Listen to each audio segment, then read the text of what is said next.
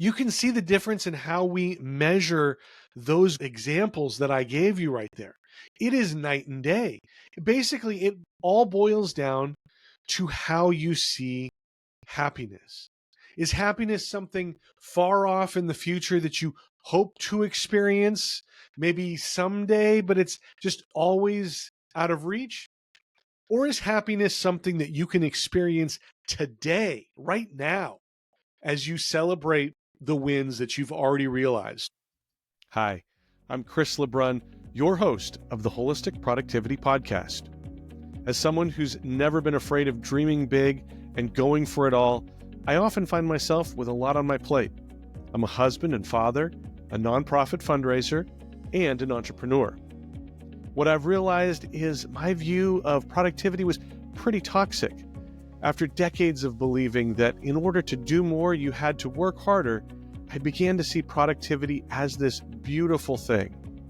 Holistic productivity is the idea that you can accomplish your professional, personal, and purpose-driven goals in a healthy way, and doing so will make you happier and more fulfilled. Join me each week as we break down myths about productivity, share practical tips for maximizing your time, energy, and focus, and hear from others about their productivity journey. This is the Wholistic Productivity Podcast. Thank you so much for being here for episode number 17 of the Wholistic Productivity Podcast. Man, it just feels like yesterday that I dropped episodes 1, 2, and 3. For those of you that have been here with me from the very beginning, thank you so much. I am glad that you are investing in your productivity. I'm glad that you are investing in you. And if you've listened to this podcast before, you know I say it every episode, my goal is for you to dream big, plan smart, and live fully. And I believe with all my heart that amazing things will happen to you and through you when you do that, when you dream big, plan smart, and live fully. And so that's what this show is all about. I'm just, again, so grateful that you are here. If you have not subscribed, maybe you're new, maybe this is the first time you're checking it out. Thank you. Again, we're glad that you are here as well. But just want to let you know, you can find the show anywhere you like listening to podcasts. You can also watch on YouTube.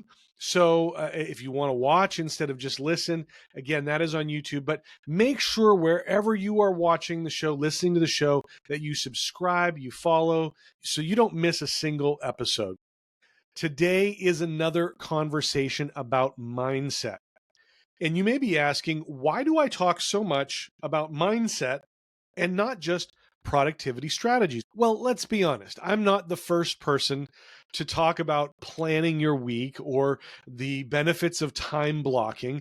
You probably know most of this stuff already. Now, yes, I put my own flavor on it, right? I look at it through the lens of holistic productivity, but you don't need someone telling you that you will be more productive if you put your phone down and stop doom scrolling.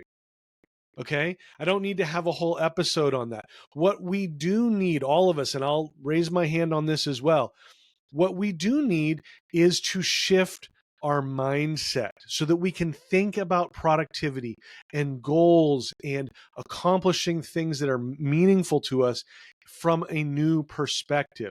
Because again, we know all the old ways, we know all the existing things that we're supposed to do. But with that new perspective, that mindset shift, now we can start to do the things that we already know that we should be doing because we're thinking about them differently. So that's why I talk a lot about mindset. And today I want to talk about how we measure success. Now, this comes from one of my favorite books. I'm going to hold it up. If you are on YouTube, you will see it. This is The Gap and the Gain by Dan Sullivan and Dr. Benjamin Hardy. Now, Sullivan is the founder and CEO of Strategic Coach. That's a coaching for entrepreneurs. And Dr. Benjamin Hardy is an organizational psychologist. They have written several books together. I love all of them. This one may be my favorite. The whole premise of the book is how we measure our progress matters. They outline in the book two very diametrical ways that we can measure success or progress. And they call those the gap and the gain. Now, when we measure the gap, that's the idea that we're measuring our progress against some future goal or some ideal. If we want to earn 100,000 followers on social media, but we only have 50,000 followers, we would measure that 50,000 and we would say that we're halfway there. Now, this is kind of the default. We set a goal and we go after it. I want to earn $1 million in revenue, or I want to receive that doctorate degree that I've been working on, or I want to visit every single continent in the world. Gap thinking puts happiness or fulfillment or satisfaction somewhere in the future, something that we have to keep striving for and keep trying to achieve. Measuring the gain is the exact opposite of measuring the gap. It's the idea that we measure our progress by how far we've come, not how far we have left to go. I use the example of having 100,000 social media followers, and right now we're only at 50,000. So using the gap to measure our progress, we would say, well, we're only 50% there. We have 50,000 followers still to go. Measuring the gain says, well, you know what? We started at 2,000 followers on social media, and now we have 50,000. That's 25x growth, right? Very different ways of looking at that. We're only 50% there, or we've had 25x growth from where we were when we started. Now, Sullivan and Hardy call measuring the gain measuring backwards, because we're measuring back to where we started.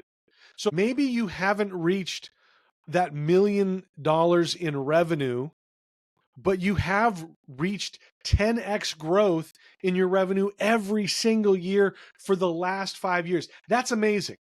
Maybe you're still working on that PhD, but you have 2 masters already, and you were the first person in your family to even graduate from college. You still have a couple of continents to check off, but you have toured extensively in 43 countries around the world. You can see the difference in how we measure those examples that I gave you right there. It is night and day. Basically, it all boils down to how you see happiness. Is happiness something far off in the future that you hope to experience, maybe someday, but it's just always out of reach? Or is happiness something that you can experience today, right now, as you celebrate the wins that you've already realized? The book starts off in the introduction talking about Thomas Jefferson, who wrote in the Declaration of Independence back in 1776, life, liberty, and the pursuit of happiness. We've heard this all our life, right? We know this line. If you're from America, or if you've been to America, probably studied American history, you understand that line. But talk about a mind shift. It was kind of mind blowing for me when I read them talk about this, because Jefferson framed happiness as unattainable and idealized its pursuit right up there with life and liberty. I mean, subconsciously, we've all been programmed to think this way. And I'm not saying it's all Jefferson's fault, but this is just the world that we live in. I remember growing up as a kid, I would keep thinking about my birthdays, and oh man, when I turn 10, that's going to be amazing. Or when I become a teenager at 13, right? Or 16, because now I can get my driver's license, or 18 or 21, whatever that birthday was, that milestone birthday, I was always looking to that. I wasn't celebrating turning 9 or 11 or 15 or 20, right? I was always looking towards one of these quote unquote milestone birthdays. And now at my age, we're not really looking for those big birthdays anymore. Well, you're looking for every birthday because it beats the alternative. But you know what I mean. There's no real milestone birthdays after you get past a certain point. Maybe it's maybe you look at happiness as when I get that promotion, or when I finally meet the right guy or the right girl. When we are in the gap, happiness is always dependent on something else happening. Every time you're in the gap, you measure yourself against an ideal. And the emotions that go along with that are failure, frustration, disappointment, low self-esteem, guilt, depression. The gap is a treadmill, lots of effort, but you never really go anywhere because you're never really reaching that ideal.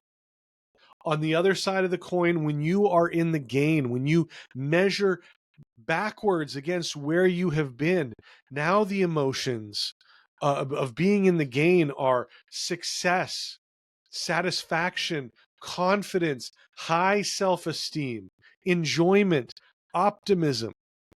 Being in the gain is liberating. And I think one of the reasons why I love this book so much is it is just perfectly aligned with the idea of holistic productivity. The gap illustrates perfectly the toxic aspects of productivity that I am done with. This hustle culture that tells us that we need to do more. And the problem with the ideal is that it's impossible to reach because it keeps moving. For our grandparents or maybe our parents, the American dream used to be that you would get married, you'd buy a house, you'd have 2.5 kids, and you'd retire at the same company that you started off with. And after 40 years, they'd give you a gold watch, right? Now, in addition to the spouse, the house, the kids, we need to have a boat. We need to drive the latest electric vehicle. There's a vacation house that we're wanting to get, and a travel budget, and it just goes on and on and on. And I'm not saying that those things are bad, but when you're always trying to reach an ideal, you will come up short. I remember growing up imagining earning $1 million. I mean, back then, $1 million was rich, right? Like it was really rich. Now you can have $1 million in assets just because you own a home in a certain part of the country. It's not really rich. You just own a home. And today, if you don't have at least $1 million in investments, well, man, your future probably is in jeopardy, right? That's the way some of us in our 50s feel. Millionaires growing up were few and far between, but now today, where I live here in the Washington, D.C. region, we went from 11 billionaires in the region in 2024 to 28 at the beginning of 2025. 28 billionaires living just in the DC area alone. That goal of becoming a millionaire, that is an ideal that has shifted, that has changed. The ideal is always changing, and it's not something that you want to link your happiness to. You want to link your happiness to what's happening in your life today. A couple months ago, maybe 6 months or a year ago, my kids, I have 2 boys. They are both adults. Now they're 20 and 22. So we were talking about, raising kids and everything that went into that. And one of my sons asked if I had spent $1 million on them. And of course, my reaction was, are you kidding me? I haven't even earned $1 million. But then I started doing the math. Okay, carry the 7. And yeah, I have, over the course of my, 25 years working, I've earned $1 million. Have I spent that much on them? I don't know. We didn't do the math. I was kind of at that point just, flabbergasted because again, we think that this ideal is the pinnacle. And in today's age of, high five, low six-figure salaries for many workers, depending on where you live in the country, earning $1 million is not the thing that it used to be. So how do we get out of our gap thinking and into the gain? Well, we talked about this idea of measuring backwards. You want to look at the distance you have already come, not how far you have to go. A couple weekends ago, I was out doing my long run as part of my training program. And the county running club was out as well. And, for a second, I started thinking, man, I wonder if they're looking at me and just, kind of judging my run and, because they're so much better than me, right? It came into my mind and I immediately put it away. I said, no, you know what? They have no idea how far I've come. Not just today, right? Not just that day in terms of the distance that I had traveled, but they don't know where I started with my running career. I'll say that in air quotes, but my experience with running, I'm still fairly new. I haven't even been doing it for a year yet. And what was very easy for them, is still something that I'm working at. And that particular day was the longest run that I've ever done. I've done longer mileage, but I would walk some of it.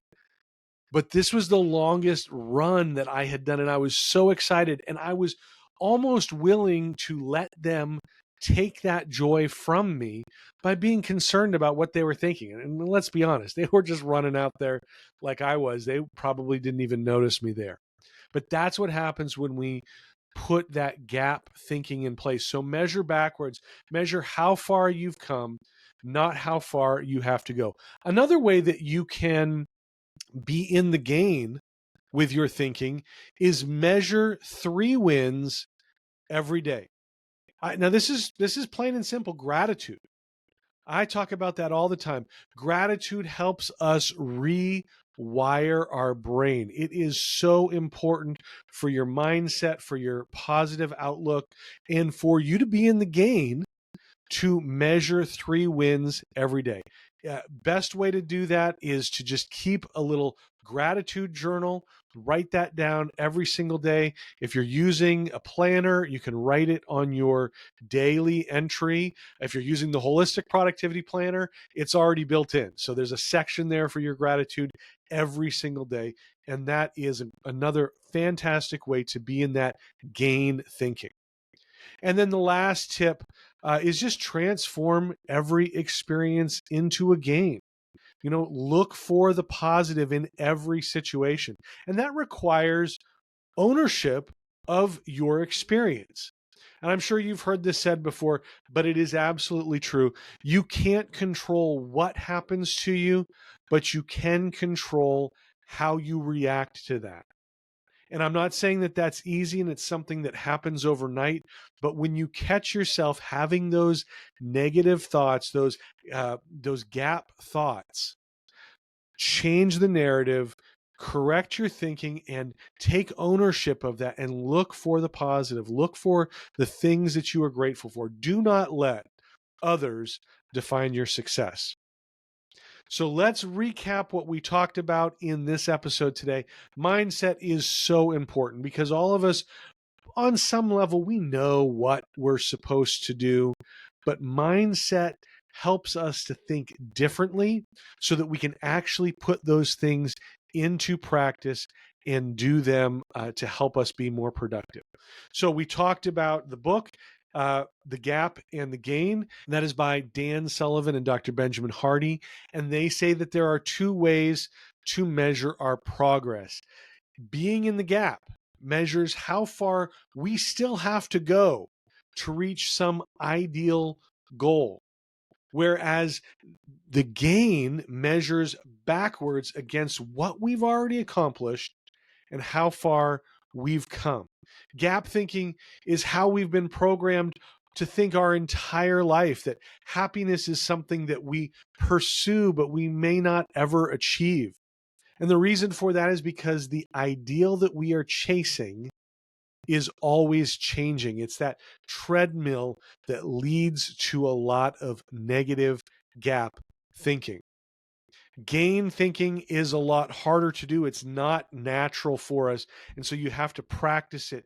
You have to train your brain to work that way. But it stresses happiness because of what we've already accomplished.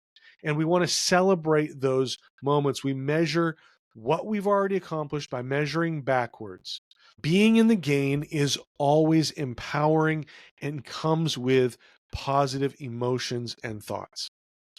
To shift your thinking so that you are not in the gap and start thinking in the gain, you need to practice that measuring backwards. Celebrate the victories that you've already had, the goals that you've already achieved, even if it's not your ultimate goal.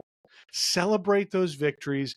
Use gratitude as a way to measure backwards so you can see and appreciate just how far you've come, and take ownership of your experience. Always look for the positive, even in those negative situations, and don't let anyone define your success. Well, that's it. That is the show for today. I hope something resonated with you. I would highly recommend that you read this book. There is so much more in here that I could talk about. Check it out. You can find a link to buy this on Amazon in the show notes. Again, that is holisticproductivity.com/17 for this episode. Show notes will be there. Make sure that you have subscribed, you've liked, you've followed, whatever you have to do on your favorite podcast platform or on YouTube so that you can get the next episode when it airs. We drop new episodes every single Tuesday, so you want to watch for those. Maybe you've been listening for a while and you really like the show, you find it valuable. Would you do me the favor of rating the show? I heard this the other day. We strive for 5. If there's a little stars thing, you can fill out. We strive for 5. A little corny, but that's really what we're hoping that you would give, or just rate the show, whatever the system is. That lets other people find the show and allows them to also benefit from it. So I'm just grateful for everybody that's already done that. Thank you for doing that. And finally, be sure to follow on Instagram, Facebook, Threads, LinkedIn, YouTube, any of the social media platforms. I'm trying out Substack, by the way. If you're on Substack, you can find me there as well. That's a whole new thing for me. So be patient with it, but check that out. But thank you again for listening. I'm just so glad that you have spent this time here with me, and I hope that it's been beneficial for you. Like I said at the beginning, my goal with the podcast is to help you dream big, plan smart, and live fully. Thanks so much. We'll see you next time.